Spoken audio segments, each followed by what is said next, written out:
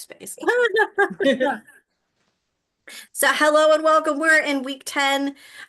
Michelle and I were just bonding about this week and how we're both kind of getting back on that creative wheel after a long hiatus. And it feels like things are starting to click for me creatively. And what was the theme for this week? Creating a sense of self-protection. Was that what it was? I don't even remember. Let me pull it up. Hold on. Um, I'm I think it was self-protection. And honestly, this week, in terms of the morning pages were spotty. I did a couple at night because I was Yeah. just having hard time getting up. And then, my life has been kind of busy. And then like it's been awkward. Like I lost my notepad and there's just all these silly things that happen. Um, but I Here, we are, this week is recovering a sense of self-protection. Yeah. And I didn't really understand what this chapter was about when I read it. I was like, I don't really, and I still kind of feel like I don't in a lot of ways. Like I did a lot of the tasks and I did a lot of the exercises, but I'm like, oh my God, wow. And this week I was just kind of like, and okay, I'm doing the work. I'm kind of sitting there and she says, we'll explore the perils that can ambush us on our creative path because creativity is a spiritual issue. Many of the perils are spiritual perils. And maybe I wasn't feeling the connection to what she was saying as much just because I'm coming from a spiritual lens and some people aren't. I'm not quite sure about what the connection was um with that. But I did struggle with I don't think I even did an artist date. Did you do an artist date? I did a day of painting. Oh, yes. I Okay, good. didn't leave my house or, do anything spectacular, but I did paint. Oh my gosh, And painting is spectacular. A that's lot. true. That's It, amazing. it felt good. It felt really good. Just dropped something and I don't know what it was. She did, one of the tasks that she had was take a piece of paper and cut 7 small strips into it. And it was kind of like oracle cards, but for like things that are blocking you. Huh. Um, and let's see, when I did it, I got sex a couple times, like 2 or 3 times, and she said you were get the same things over and over. And I thought food was my block. What? And so I kept being like, every time I'd get it again, I'd be like, dude, what else do I have for this? Okay. And I was like, I'll write a little bit more about sex and I'm getting the relationships. point. Because like if you were to ask me, it would have been food and money that were my big blocks. But the things that kept coming up from the scraps of paper was like sex and work. And I Interesting. found it really interesting because I don't really think like if I don't think those are obstacles for me. So I had to really be like, hmm, what is kind of like when you get an oracle card and you're like, no, but then you keep getting it and you're like, okay, what are Yeah, you exactly. trying, What do I need to pay attention what are to you what are here? you trying to tell me here? But I think it's just that in that kind of I think it's about owning myself. And like I still am struggling in terms of like I know I'm underpaid and I'm under, like I tend to um not want to shine at work and Mm, not want to work at full time because I don't really want to put my energy in there. And then so I think the message that kind of kept coming up more and more was just that I is about my authenticity and allowing myself to shine and hmm you know like I don't know, be more of my whole self, the hmm the good, the bad, all those things. So I was like, okay, that was kind of interesting. Um, and then she was talking about touchstones a lot, like Mm, finding things that bring you happiness. And I actually loved her list so much. I just kind of wrote it down. I was like, she's such a poet. I was mm, like, most of these things, she wrote river rocks run smooth. And I'm like, oh yeah. I was like, I love mm. that. That seems because I love finding crystals and pebbles. Yep, yep.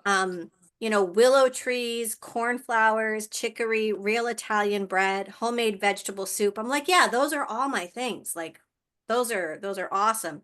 But in terms of like those are almost the things that anchor you to Mm-hmm. who you are and how like she had like Aunt Mimi's crumb pie and I was like for me it's like my mom's lemon meringue pie like I always Mm. want lemon meringue pie and I want the big meringue a mile high and Yeah. so it was just kind of it was funny and I really enjoyed that. I was like, oh that's kind of cool just to think about those things that you love and things Mm-hmm. that bring you happiness and brings you little smiles. When I was doing my yoga class this week, they had us we were working on the heart chakra in our yoga class and she had us laying down and doing this pose and she called it snow angel or angel pose, but it was basically like just, moving your hands kind of up like the snow angel. And I got this huge like feeling of like joy and I was so happy and then I remembered doing that with my kids and then I remembered writing a story or telling my daughter a bedtime story about it when she was little. And Mm. then I came home from the yoga class and I wrote it. And it's like just kind of opening up yourself to those little moments of happiness, those little Yep. touchstones. And, I don't like the snow and I don't like wintertime. So it's not something I would have thought as a Yeah. touchstone. You know what I mean? But like I actually, completely know. a snow angel is a touchstone for me Yeah. because it reminds me of happy moments in my childhood, for my children's childhood, and it had that connection to like creativity and bringing that back. So I was like, oh, Can you that's put the that's hand up really cool. against my door so that Nellie doesn't come down on her own? Sorry, I'm watching a very old dog and I don't want her walking down the stairs by herself. Oh. Let's see. The awful truth. Answer the following questions. What habits do you have that get in the way of creativity? What do you think the problem might be? It is. What do you plan to do about the habit or problem? And what is your payoff in holding this block? Mm. So those are all good questions to ask. Which friends believe in you and your talent? Mm-hmm. What is the payoff of keeping destructive friends? Mm. And I thought that was about thinking. And I heard that there was like some synchronicity today. I was in a Zoom and they were talking about, the coach mindset. There's like the poor coach mindset, and then there's the power coach mindset. And she was talking about um, basically the birds of a feather flock together. Like that was her big Mm. advice. She's like, you want to make $1 million, you need to hang out with people that pay, Yeah. have $1 million. And I'd heard that a lot of time, but it was kind of it was like it reminded me of that thing that she Mm. was talking about. Like, Yeah. if we're in a group of people that have a lack mindset, then chances are we're going to have that. And, Yeah. and people that are, blocked artists, then chances are we're going to be that. So we have to Yeah. find that. And that's why I love doing groups like this class, because just being able to come in and talk to people once a week about our um, it's a little hard to come every week and kind of be there on, but I do, I love that connection. Yeah. There's just something about, being, in your presence and other people who are going through similar things. It makes you feel seen in a way that you can't really do on your own. And I used to always be oh, I'm a Reiki master, so I don't need to get Reiki from other people. And Mm-hmm. oh, I'm an artist, so I don't need to get art lessons, or Mm-hmm. I'm a theater person, so I don't need to get, acting lessons. Why would I do that? Or and it's yet there's when you work like every time I've worked with a singing coach, it's been amazing Mm. because there's something like when you're working with someone, when you have someone who's like got your back and you've got, a group of people to support you, that mastermind hive Yeah. mindset really does help. And so I'm just, again, thank you for being here and kind of, you You know, know what you're saying reminds me of something that I am in this membership, and we're doing deep somatic healing. mm, And she brought up this amazing point that there's a point in your somatic healing journey when you're healing your nervous system, which obviously then impacts your energetics, that it has to be done by co-regulation. You need another person there to hold that mirror up for you and to remind you that you're safe, remind you that you can do the thing. Co-regulation. Oh, interesting. That's not even a Yeah. word but that makes sense. Uh-huh. The mirror. Yep. Yep, Yep. that makes total sense. Yeah. That was a light bulb moment for me, like, It's oh. funny that you bring up somatic breath because I mean because I was so sick and I had the pneumonia, I've really been trying to, work on physical body healing, and my guides keep bringing me back and back again to the vagus nerve. Mm-hmm. And so I've been doing a lot about regulation and Yeah. dysregulation and stress. And so what I realized is that my body was in such a state of stress, and that stress and grief and all these other things that I Yeah. pushed down for so long, that even with all of the tools, I needed that 6 to 8 weeks of being sick of Yep. restful time to kind of reset my nervous system, because I was just being triggered by everything. And, Yeah. I'm feeling better now. I mean, I got mad at my son today because he turned the thermostat up to 95. Oh Um, God. but I feel like that was a valid reason to, Pretty upsetting. but not being triggered by like little things. You know what I Yeah. mean? So it's like I feel like there's progress that's Yep. going on. Yep. And And yeah, that's what she was saying, that the co-regulation will help us rebuild our capacity and our resiliency. And it just all just was, seriously, was like a watershed, like, oh yeah. my gosh, that explains why community is so healing. And I think it's part of the journey. I think we start off like solitary practitioners, Mm-hmm. right? Like Mm-hmm. there comes a point, like, so, Wicca, whatever. You start off as a solitary Yep. practitioner. You're doing everything yourself, and then you need at a certain point, there's just a point where you're like, I need to be held in a Yeah. space with other people that are breathing this way and doing Mm-hmm. this way. And even the theme for this week, now that I think about it, recovering a sense of self protection, in a lot of ways, you know, when we're healing, that is a form of self protection, because we're Mm. learning how to reset our breath Yep. and Yep. Yep. our nervous system, and we're taking these old traumatic blocks. I mean, think about Julia Cameron's book and how much is about our childhood. Mm-hmm.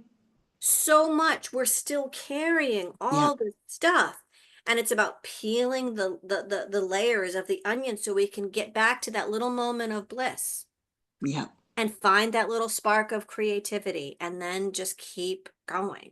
Yep. She was also talking about how some of the blocks is like being like their blocks are like being a workaholic, or we have different blocks and different excuses that we use, and one of my big excuses is time. I don't have Mm-hmm. time. I use that card all the time. And, you know, I don't particularly have a lot of time, but I'm also not managing my time very well. Like I actually was, you know, I was really stressed out the other day, and kind of complaining to my husband. I'm like, I spend 6.5 hours in a car driving kids back and forth and Mm. waiting. I was like, most of my 6.5 of my day is driving or waiting to pick up the kids. And I was like, I was kind of frustrated about it. And then my son kind of was like, well, how are you using that time? Kind of was like, hmm. But I thought about it and I was like, yeah, I should have a journal in my bed. I Mm. should have, A you know, sketchbook. I should have a sketchbook with me. And Yeah. instead of being on my phone for those weird Mm-hmm. 35, 45 minute pockets, like how can I, like this, she has this whole thing about the bottom line is like, I will no longer work on weekends. Like I will no longer bring work with me on special occasions. And for me, it was more like, I will, I'll no longer look at my phone, because the scrolling, right? 45 Mm-hmm. minutes of scrolling, and I've wasted that 45 minutes, versus I could use that 45 minutes to journal or sketch Yeah. or do other things. So I was like, I will no longer scroll. Um, you know, basically I'm like, I want to try to not get on the phone first thing in the morning, not at night. And I'm going to try to make sure that in those weird pockets of time when I'm waiting at the karate studio, when I'm waiting at the choral rehearsal, like instead of just using my phone, like today I brought my journal with me and I was coloring Brilliant. in it. And so like I had 45 minutes and I was just drawing and kind of like taking some of those random, I Yep. take a million screenshots a day because Yep. and I had 285 screenshots. So I went through and then I started writing down some of the things that were on the screenshots that I thought were important and deleting them. And I was like, Oh, that's awesome. I'm genius. That's awesome. So funny. I teach this class on energetic hygiene and boundaries. I'm actually Hmm. speaking on it next week at a summit. And one of the things I very lovingly try to challenge people, I'm like, a lot of times when we think we have time management issues, it's a boundary issue. We're not Mm. honoring our own boundaries to Oh, ourselves. absolutely. Yeah. And whenever I'm like, I'm not managing my time, I always am like, what boundary or what promise have I made myself that I'm not upkeeping on my end? And Mm. it's always, there's always information in there. Yes, absolutely. And that's exactly it. When I get angry, it's because a boundary's been crossed. And so, yes, there was absolutely that connection. So, thank you for connecting the dots there, because that's absolutely what it was. I was angry because my time was being wasted, Yep. but at the same point, I wasn't using my time wisely. Yep. Yep. And it's easy to kind of blame other people, but we always have to Externalize it. reflect Yeah. back, right? We have to be like, no, no, no. It's my Yep. choice. It's my life. I'm the commander of this ship, you know? Exactly. And the good thing is once you realize that, then you're like, well, I can actually change things. I'm Yes. not a victim here. Right, right, You know, right. I'm just not honoring myself. Yep, yep, yep. Um, she also talked about cherishing, which I liked. That's one of my List, favorite words, actually. I use it a lot. list, Cherish and devotion. Mm, oh, yeah. She said list 5 small victories. And I was like, I've mm, got a lot of little victories. That one was actually really easy for me because I love gratitude and I, write mm-hmm, about it every day. And for me, that's kind of like a love language for me. But mm, like nurturing actions, she said list 3 nurturing actions you took for your artist. And mm, I was like, wow, I don't really have much. Like that was really mm, challenging. And I'm gonna try in my phone. What I did was I set up um some random events and I just had them repeat. Like I listed that list 3 nurturing actions you took for your artist because I'm like, I didn't have those things. Like list 3 things you have to comfort your artist. I'm like, I don't mm, like comforting and the homework the last week we were going to try to find a totem for our artist and I went to like 3 stores and I shopped around.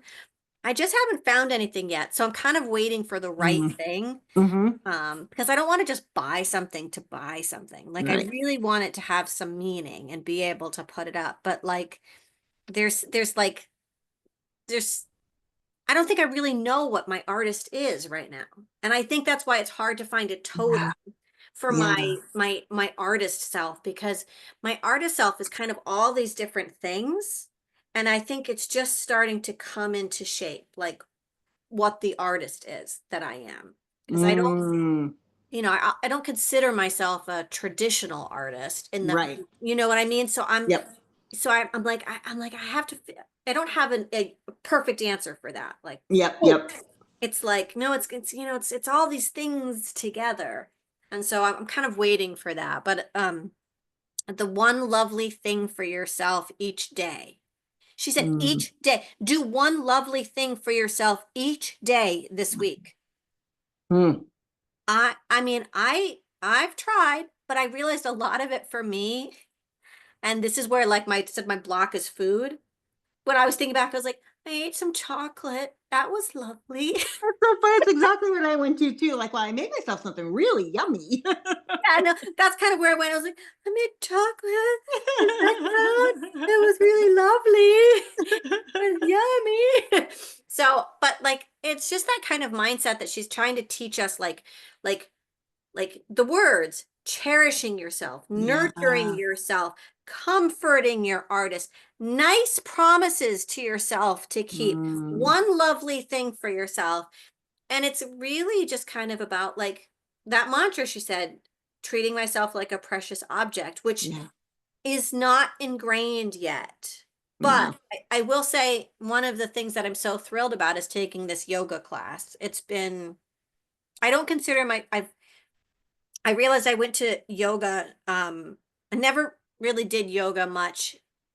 And then I went to New York City and I did yoga in New York City with like skinny models. And I was just like, yeah, I'm out. You know what I mean? I was like, I'm not that.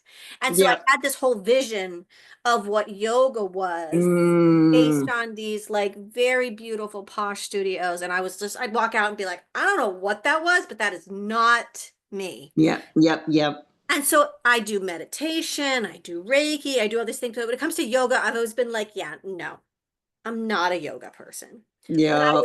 But I'm doing these movements and and I'm just loving them so much. And I just was in the wrong place. Like I was not experiencing yoga with with the right community. You know what I mean? Like I'd Yep. created a story and I just stopped myself. And she usually says the things that you resist the most are usually the lessons, of Mm-hmm. course. Mm-hmm.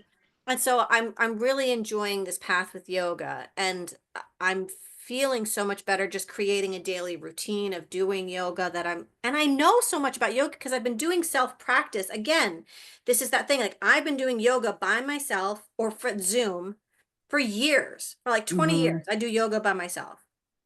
For like 20 years, I started doing a Zoom class during COVID. But like that in-person yoga, I've always been like, no, not my thing. Not, Right. but there is something like we talked about being seen, about that co-regulation of like a group of people breathing together and Yep. doing the pose and seeing that other people are struggling too, and it's not just me, and that's okay. And it's a mixed age group. There's people that are 80 there. There's people that are, Mm. 20 that are there. And so I'm like, oh, I'm really liking this class and I'm liking this experience. Plus, I love doing chakra work. I've got my own chakra embodiment course, which I have touched on the physical aspects of yoga in terms of the poses. But now I'm actually doing them Mm-hmm. in this whole new level and this whole new way. And it's kind of funny because I've been teaching my chakra embodiment course since like, I don't know, 2010, I think. And I was getting to that same thing like, oh, I'm a chakra teacher. I don't need to learn anything new. Mm-hmm. Chakra. And then I take this chakra yoga class and I'm like, again, maybe not all new, but beautiful ahas and these like Yep. inner awakenings that are just like, I'm going deeper, I'm learning Yes. more, I'm connecting more. Yep. And so and that's been honestly very nurturing to myself. So Mm. I'm going to take that as a win. Absolutely. And it's so true that I don't know, for me as a Reiki practitioner, like I find it, I almost get used to my own energy and it's almost more powerful when somebody else does Reiki on me, or I feel the effects more. That's probably more what it is because Yeah. it's different energy coming at me. But I love what you're saying too, because when you come in with a baseline of knowledge, you're able to interact with the material in a much different way. And you can Yeah. take it in a deeper, even surface level material. You're like, oh, that makes that connection for me. And it's really, yeah, it's really good to be a student. Yes. Yes, it is. And finding a community, I Hmm. think is really, really good. And I feel like um there's just something about that, about finding a new level of yourself, Yeah. seeing that reflection in yourself through other people, learning other people's wisdom. They say it takes like I think Yep. 18 times for you to hear the same thing over and over again to learn it, right? So Yep. the more that we learn it from different angles, like to have those little aha moments, those little things that come together. Yep. Yeah. Let's see. Now next week we are I don't remember. I'm gonna go in here and find it. Next week we what are we are for week 11? Oh, what are we doing for week 11? I forgot. Let me find out. What's week 11? Aren't we on week 11? No, we're gonna, this was week 10. Oh, Next week will be gosh. week 11. So we're I am almost, like ahead of myself here. I know. So week 11 is recovering a sense of autonomy. Ooh, that's Okay. on. Yeah, I'm gonna dig in that because my own. That's something. I spent 6 years in a cult, 12 years in an abusive marriage. It's only been in the past 13 years, really, that I've had my own sovereignty. And it's Wow. still an area that I feel like I have a lot to expand into. So, yeah, So that's that's it's going to be a good week. that is going to be a good week for Yeah. you. Nice, nice. Well, I am again, I'm so happy to be doing this. I realized that in my book, she continues. She has like different expanded versions of Hmm. this book. She has like different ways that you can dig in. Oh, okay. So we'll finish this, but maybe we can keep just meeting up, maybe even if it's just Yeah. once a month to kind of where are we? Have you been keeping up in the artist way? How Yep. are you doing? Because the 12 the 12 week and she's pegged it like during week 9, I kind of wanted to give up completely. Yep. So the fact that we're kind of still chugging along and we're doing our things, it's good. It's good. Yes. Perseverance. And now, did you notice any synchronicities or anything this week? I think. Can't think of anything off the top of my head.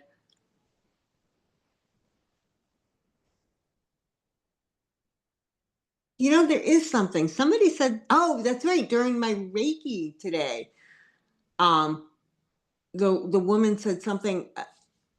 My father, who's been dead since I was 14, came, and Mhm. before she said it, I was like, "Yeah, I have a former friend who told me that not that long ago that my father came and had something to say," and she's like, "So twice now in a very short period of time, people that have no way of knowing have mentioned my father," which I, Oh, I think is fascinating.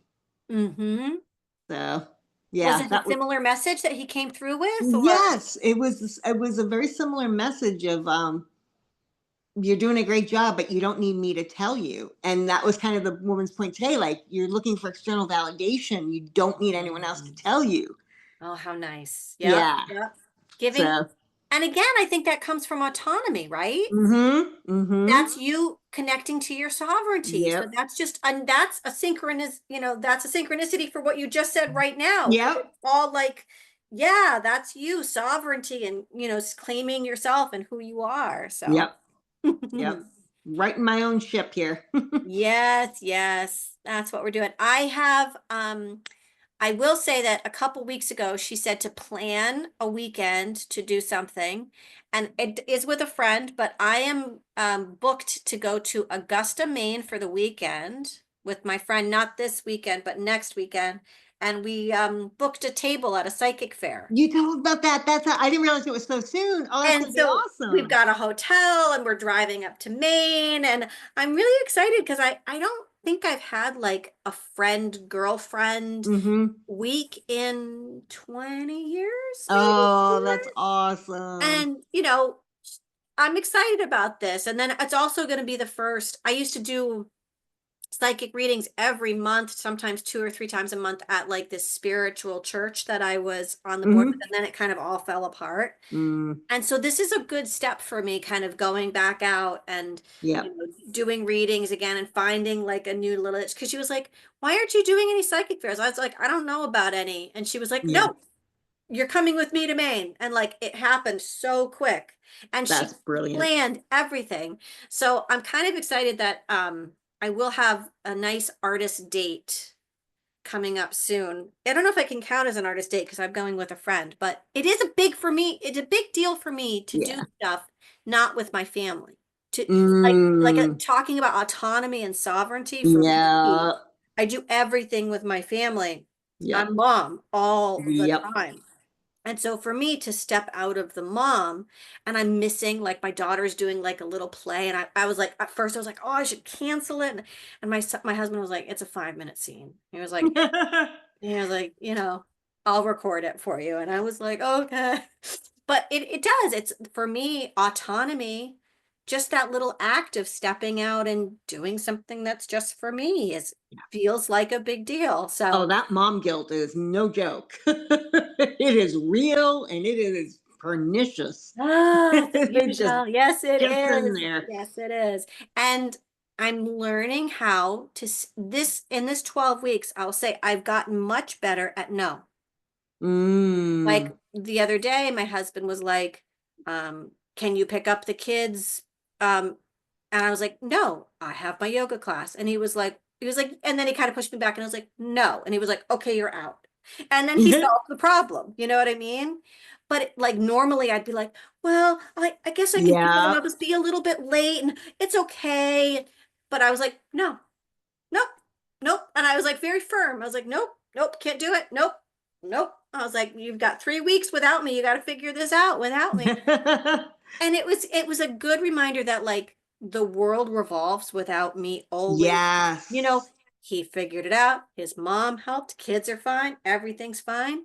And I didn't have to get that stressed feeling Mm-hmm. Mm-hmm. of like, and I put it on myself. Yeah. And so this, I would say, treating myself as a precious object, this 12 weeks is kind of me learning more and more how to say no. Like, no, I'm not going to do that. I'll drop the kids off and they can Mm-hmm. do that, but I'm not going to sit there for 3 hours. Or Yeah. no, I can't pick them up because I've got a conflict and it's going to affect this. Or, just little things like that in terms of like being able to protect myself and Mm-hmm.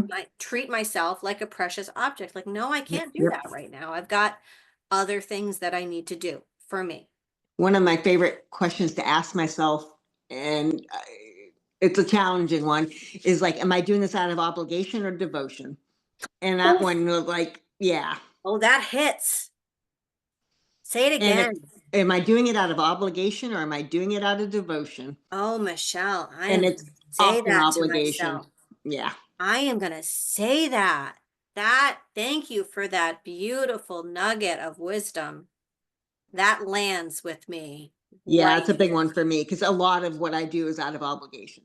Yeah, me And too. that's not how I want to live my life. And then I get resentful and And angry. yep. And Yeah. feel put upon and stretched and Mhm. not respected and not Yeah. valued. Yep. Oh, well, that seems perfect.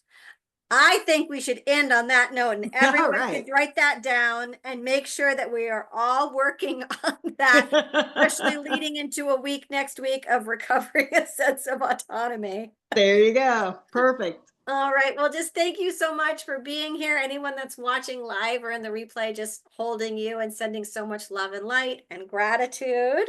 And we'll see you same time, same place for next week. See you soon. See you. Bye.